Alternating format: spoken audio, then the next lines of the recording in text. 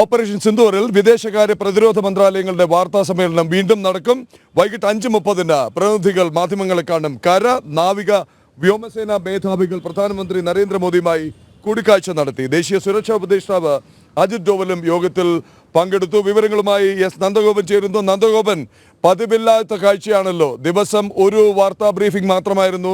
അതുതന്നെ നടത്തിയിരുന്നത് വിദേശകാര്യ സെക്രട്ടറിയും കരസേനയുടെയും വ്യോമസേനയുടെയും പ്രതിനിധികളായ വനിതാ ഓഫീസർമാരുമായിരുന്നു. ഇന്ന് 5:30 വീണ്ടും വാർത്താ സമ്മേളനം നടത്തുന്നു എന്ന് പറയുമ്പോൾ പാകിസ്ഥാൻ നടത്തിയ പ്രകോപനങ്ങൾ, ഭാരതം നൽകിയ തിരിച്ചടികൾ, പാകിസ്ഥാന്റെ നുണപ്രചരണങ്ങൾ ഒക്കെ ഇതെല്ലാം തകർത്തെറിയുന്നതായിരുന്നു കേണൽ സോഫിയ ഖുറേഷിയും വിംഗ് കമാൻഡർ വ്യോമിക സിംഗും വിക്രം മിശ്രി എന്ന വിദേശകാര്യ വക്താവിനോടൊപ്പം നടത്തിയ വാർത്താ സമ്മേളനത്തിൽ. പാകിസ്ഥാനും പാക് മാധ്യമങ്ങളും പാകിസ്ഥാനിലെ സാമൂഹ്യ മാധ്യമങ്ങളും ചേർന്ന് നടത്തിയിരുന്ന സകല നുണപ്രചരണങ്ങളും തകർത്തെറിയുന്നതായിരുന്നു ഇന്നത്തെ രാവിലത്തെ വാർത്താ സമ്മേളനം എന്ന് മാത്രമല്ല, എവിടൊക്കെ ഭാരതം ആക്രമണം നടത്തി, ഏതൊക്കെ കേന്ദ്രങ്ങളിൽ വളരെ കൃത്യമായി തിരിച്ചടി നൽകി, എവിടൊക്കെയാണ് പാകിസ്ഥാന്റെ പ്രകോപനം ഉണ്ടായത്, വളരെ കൃത്യമായി അവർ പറഞ്ഞിരുന്നു. പാകിസ്ഥാൻ ശ്രമിക്കുന്നത് ജനവാസ മേഖലകളിൽ, അതിർത്തി പ്രദേശങ്ങളിൽ ഒക്കെ പ്രകോപനം ഉണ്ടാക്കാനും രാത്രിയുടെ മറവിൽ ഡ്രോൺ ആക്രമണം അഴിച്ചുവിടാനും ഒക്കെയാണ്. ഇന്ന് രാവിലെ നാം കണ്ടു, ജനൻ TV സംഘം സഞ്ചരിച്ചു കൊണ്ടിരിക്കുമ്പോൾ പഠാൻകോട്ടിൽ ജിഷ്ണു വ്യോമസേന കേന്ദ്രത്തിന് മുകളിലായി ഡ്രോൺ പറക്കുന്ന കാഴ്ച. തീർച്ചയായും ഈ പഠാൻകോട്ടിനെ തുടർച്ചയായി പാകിസ്ഥാൻ ആക്രമിക്കുന്നതിന് ഏറ്റവും പ്രധാനപ്പെട്ട കാര്യം, നമ്മളിപ്പോൾ നിൽക്കുന്ന ഈ പഠാൻകോട്ട് എന്നുള്ള മേഖല ജമ്മു കശ്മീരിന്റെ ഗേറ്റ് വേ എന്ന് നമുക്ക് വിശേഷിപ്പിക്കാം. ഒപ്പം കശ്മീർ മേഖലയ്ക്ക് ബാക്കപ്പ് നൽകുന്ന സൈനിക കേന്ദ്രങ്ങൾ, സൈന്യത്തിന്റെ പ്രധാനപ്പെട്ട ആയുധ ശേഖരം, CRPF-ഉം BSF-ഉം സൈന്യവും ഉൾപ്പെടെയുള്ള എല്ലാ സൈനിക വിഭാഗത്തിന്റെയും പ്രധാനപ്പെട്ട ക്യാമ്പുകൾ നിലനിൽക്കുന്ന ആ പ്രദേശം. അതുകൊണ്ടാണ് തുടർച്ചയായി പാകിസ്ഥാന്റെ ഭാഗത്തുനിന്ന് പഠാൻകോട്ടിനെ ആക്രമിക്കാനുള്ള ശ്രമം നടത്തുന്നത്. കഴിഞ്ഞ 2 ദിവസം തുടർച്ചയായി രാത്രികളിലായിരുന്നു പാകിസ്ഥാന്റെ ഡ്രോൺ ആക്രമണം നടന്നതെങ്കിൽ ഇന്ന് രാവിലെ 10:15 കൂടിയാണ് പഠാൻകോട്ടിൽ സൈനിക താവളത്തിന് മേലെ, അതും എയർ വ്യോമ താവളത്തിന് മുകളിലാണ് ഇത്തരത്തിൽ ആളില്ലാത്ത ഡ്രോൺ കണ്ടെത്തിയിട്ടുള്ളത്. വളരെ ഫലപ്രദമായി അത് തകർക്കാൻ സാധിച്ചു. അതിന്റെ ദൃശ്യങ്ങൾ നമുക്ക് നേരിട്ട് കാണാനും സാധിച്ചു. നമ്മൾ തത്സമയം ഇക്കാര്യം ജന TV പ്രേക്ഷകരിൽ എത്തിക്കുകയും ചെയ്തിരുന്നു. ഗൗതം അനന്തനാരായണൻ ചേരുകയാണ് ഡൽഹിയിൽ നിന്ന്. ഗൗതം, നമസ്തേ, ജയ് ഹിന്ദ്. വീണ്ടും ഒരു വാർത്താ സമ്മേളനം 5:30. ഇന്ന് രാവിലെ അക്കമിട്ട് നിരത്തുകയായിരുന്നു നമ്മുടെ സേനാ പ്രതിനിധികൾ. കേണൽ സോഫിയ ഖുറേഷിയും വിംഗ് കമാൻഡർ വ്യോമിക സിംഗും വിദേശകാര്യ സെക്രട്ടറി വിക്രം മിശ്രിക്കൊപ്പം പാകിസ്ഥാൻ എവിടെയൊക്കെ പ്രകോപനം നടത്തി, ഏതൊക്കെ രീതിയിലാണ് ഭാരതം തിരിച്ചടി നൽകിയതെന്നും പാകിസ്ഥാന്റെ നുണപ്രചരണങ്ങളെക്കുറിച്ചും വീണ്ടും 5:30 ഒരു വാർത്താ സമ്മേളനം. സുപ്രധാനമായ എന്തെങ്കിലും അറിയിപ്പ് പ്രതീക്ഷിക്കാമോ ഗൗതം?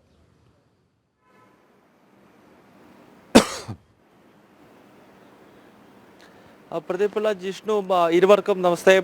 ഇന്ന് വൈകിട്ട് വീണ്ടും ഇപ്പോൾ ഓപ്പറേഷൻ സിന്ദൂറുമായി ബന്ധപ്പെട്ട് മറ്റൊരു വാർത്താ സമ്മേളനം കൂടി ഡൽഹിയിൽ നടക്കാൻ പോവുകയാണ്.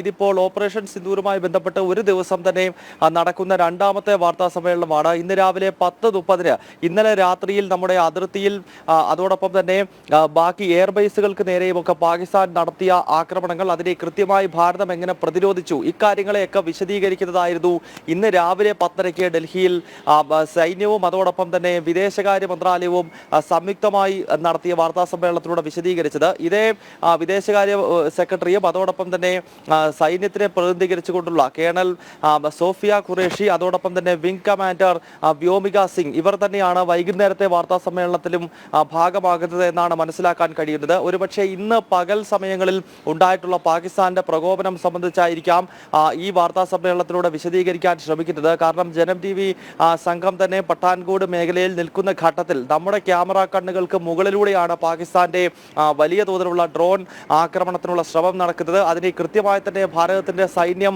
പ്രതിരോധിക്കുന്ന കാഴ്ച നമുക്ക് എക്സ്ക്ലൂസീവായി പകർത്താൻ പോലും സാധിച്ചിട്ടുണ്ട്. അപ്പോൾ സ്വാഭാവികമായും പകൽ സമയത്തും ഇപ്പോൾ പ്രകോപനം തുടരുന്നു എന്നതാണ് ഈ ദിവസത്തിന്റെ പ്രത്യേകത എന്നുള്ളത്. കഴിഞ്ഞ 2 ദിവസങ്ങൾ രാത്രി കാലഘട്ടങ്ങളിലാണ് ഡ്രോണുകൾ ഉപയോഗിച്ചും മിസൈലുകൾ ഉപയോഗിച്ചും പാകിസ്ഥാൻ പ്രകോപനം സൃഷ്ടിച്ചതെങ്കിൽ ഇപ്പോൾ കാര്യങ്ങൾ മാറുന്നു.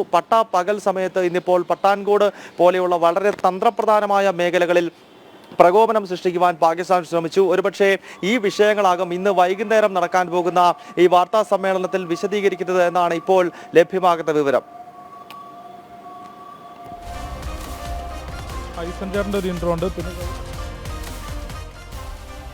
ചോദ്യം കൂടി. ഇന്ന് നാവിക കര വ്യോമസേനാ മേധാവികൾ പ്രധാനമന്ത്രിയുമായി കൂടിക്കാഴ്ച നടത്തിയിരുന്നു. അതായത് പാക് പ്രകോപനം ഈ മട്ടിൽ തുടരുകയാണെങ്കിൽ ഇപ്പോൾ പകൽ സമയത്ത് കൂടി അവർ ഡ്രോൺ ഉപയോഗിച്ച് ആ ആക്രമണം അതല്ലെങ്കിൽ ഇവിടേക്ക് പറത്താൻ ശ്രമം തുടങ്ങിയിരിക്കുന്നു.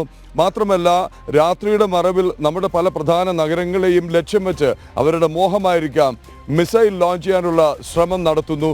ഈ പശ്ചാത്തലത്തിലായിരുന്നിരിക്കണം ഇന്നത്തെ കൂടിക്കാഴ്ച. ഭാരതത്തിന്റെ നിലപാട് എന്താണ്? പ്രകോപനം എന്ത് സ്വീകരിച്ചാലും തിരിച്ചടിക്കാൻ തയ്യാറെന്നുള്ള വ്യക്തമായ സന്ദേശം നൽകിക്കഴിഞ്ഞിരിക്കുകയാണ്. എന്നും മാത്രമല്ല ഇതുവരെ വിദേശകാര്യ സെക്രട്ടറി എസ് ജയശങ്കർ പറഞ്ഞതുപോലെ നമ്മൾ നൽകിയിരുന്നത് വളരെ കൃത്യമായി അർഹിക്കുന്ന രീതിയിലുള്ള പ്രതികരണം, ആവശ്യത്തിന് മാത്രമുള്ള പ്രതികരണം, അന്നും മാത്രമല്ല ഉത്തരവാദിത്വത്തോടു കൂടിയുള്ള പ്രതികരണം, അതിനപ്പുറത്തേക്ക് കടന്നിട്ടില്ല. വീണ്ടും ഭാരതത്തെ പ്രകോപിപ്പിക്കാനാണോ പാകിസ്ഥാന്റെ ശ്രമം? നമുക്ക് ലഭിക്കുന്ന സൂചനകൾ. ഗൗതം.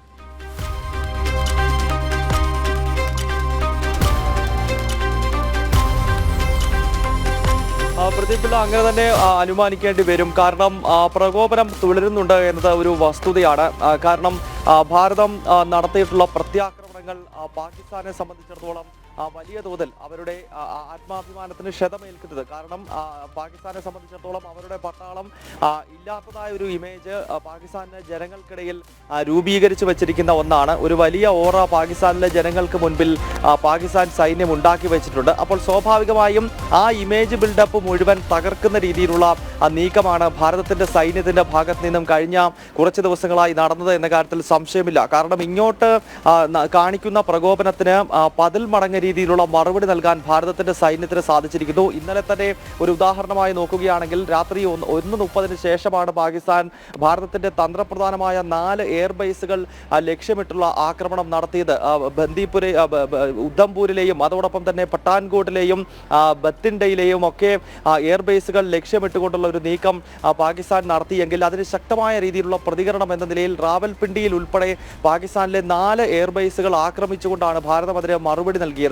അപ്പോൾ ഇങ്ങോട്ട് പ്രകോപനം കാണിക്കുന്ന ഘട്ടത്തിൽ ശക്തമായ രീതിയിലുള്ള മറുപടി ഭാരതത്തിന്റെ സൈന്യം നൽകുന്നുണ്ട്. മാത്രമല്ല ഇന്നിപ്പോൾ നിരവധി ലോഞ്ചിങ് പാഡുകൾ POJKയിലെ ഈ ഡ്രോണുകൾ ലോഞ്ച് ചെയ്യാൻ ഉപയോഗിക്കുന്ന ലോഞ്ചിങ് പാഡുകൾ ഭാരതത്തിന്റെ സൈന്യം കരസേന തകർത്തിരിക്കുകയാണ്. ഓരോ ലോഞ്ചിങ് പാഡുകളും പൊട്ടിത്തെറിക്കുന്നതിന്റെ ദൃശ്യങ്ങൾ ആർമി തന്നെ ഇപ്പോൾ സ്വന്തം ഈ സൈറ്റിനകത്ത് ഔദ്യോഗികമായ പേജിനകത്ത് തന്നെ ഇട്ടിരിക്കുന്നു. അപ്പോൾ പാകിസ്ഥാന് ചുട്ട മറുപടി ഓരോ മണിക്കൂറിലും ഭാരതം നൽകുകയാണ്. ഇങ്ങോട്ട് ഏത് രീതിയിലാണോ പെരുമാറുന്നത് ആ രീതിയിൽ തന്നെയുള്ള മറുപടി ഭാരത സൈന്യത്തിന്റെ ഭാഗത്ത് നിന്നും അത് കരമാർഗമാണെങ്കിലും വ്യോമമാർഗമാണെങ്കിലും നമ്മൾ നൽകുന്നുണ്ട്. ഒരുപക്ഷെ ഈ പശ്ചാത്തലത്തിൽ പാകിസ്ഥാൻ വീണ്ടും ചില പ്രകോപനത്തിന് അല്ലെങ്കിൽ ഭാരതത്തിലേക്ക് കടന്നാക്രമിക്കാനുള്ള സാധ്യത തള്ളിക്കളയാനാവില്ല. എന്തായാലും ഇന്നത്തെ പകൽ ദിവസങ്ങളിൽ പഠാൻകോട്ട് ഉൾപ്പെടെയുള്ള തന്ത്രപ്രധാന മേഖലകളിലേക്ക് ഡ്രോൺ പറത്തിക്കൊണ്ടൊരു പ്രകോപനത്തിന് പാകിസ്ഥാൻ മുതിർന്നിരിക്കുന്നു.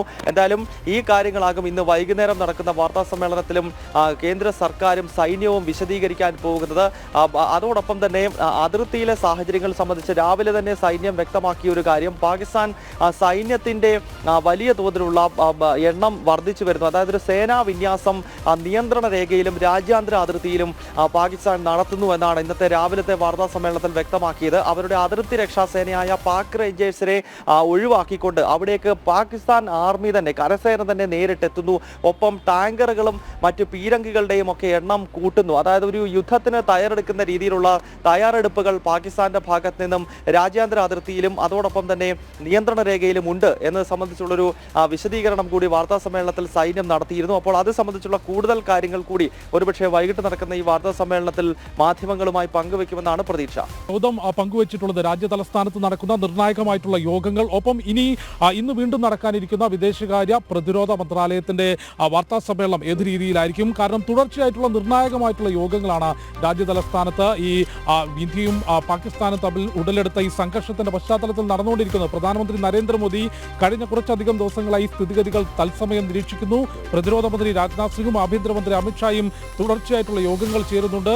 കര വ്യോമ നാവികസേനാ മേധാവികൾ ഒപ്പം സംയുക്ത സേനാ മേധാവി ജനറൽ അനിൽ ചൗഹാനുമായും കൂടിക്കാഴ്ചകൾ, അത്തരത്തിൽ നിർണായകമായ കൂടിക്കാഴ്ചകൾ നടത്തുന്നു. അതിന്റെ വിശദാംശങ്ങളാണ് ഗൗതം പങ്കുവച്ചിട്ടുള്ളത്. ഒപ്പം പ്രദീപ് പിള്ള, ഈ ഒരു സംഘർഷവുമായി ബന്ധപ്പെട്ട് ലോകരാജ്യങ്ങളുടെ ഇടപെടൽ, ഒരു രാജ്യം പോലും ഭാരതത്തിനോട് ഇത്തരത്തിൽ പാകിസ്ഥാനെ ആക്രമിക്കരുതെന്നോ ഈ ഭീകരവാദ ശക്തികൾക്ക് മറുപടി നൽകുന്നത് അവസാനിപ്പിക്കണമെന്നൊരു വാക്കിലേക്ക് എത്തിയിട്ടില്ല.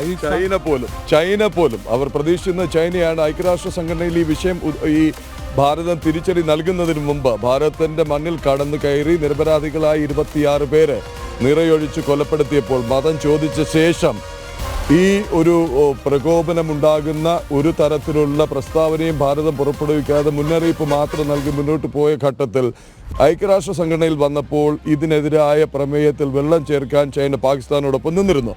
പക്ഷേ ഭാരതം തിരിച്ചടി നൽകിയ ശേഷം ചൈന പറഞ്ഞ ഒരു നിലപാട് വളരെ വ്യക്തമാണ്.